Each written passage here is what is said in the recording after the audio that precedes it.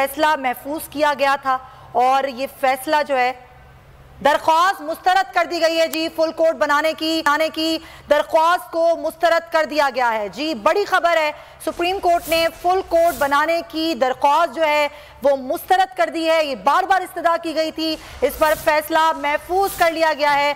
Supreme court ने full court bench बनाने से मुतालिक दरख्वास्त को मुस्तरद कर दिया। बड़ा दिन, बड़ा फैसला बड़ी अदालत में कि सुप्रीम कोर्ट ने फुल कोर्ट बेंच बनाने की दरख्वास्त को मुस्तरद कर दिया है। आज 4 वकला पेश हुए थे, वजीर आला पंजाब हमजा शहबाज के, डिप्टी स्पीकर मजारी के, साथ ही साथ चौधरी शुजात हुसैन के और अली जफर, तमाम की जानिब से दलाइल दिए गए। उसके बाद फैसला महफूज किया गया 1.5 घंटा पहले और अब बाकायदा तौर पर दरख्वास्त जो है वो मुस्तरद कर दी गई है। बड़ी खबर आपको दे रहे हैं, सुप्रीम कोर्ट ने फुल कोर्ट बेंच बनाने की दरख्वास्त को मुस्तरद कर दिया है। बड़ी अदालत का बड़ा फैसला सामने आ गया है।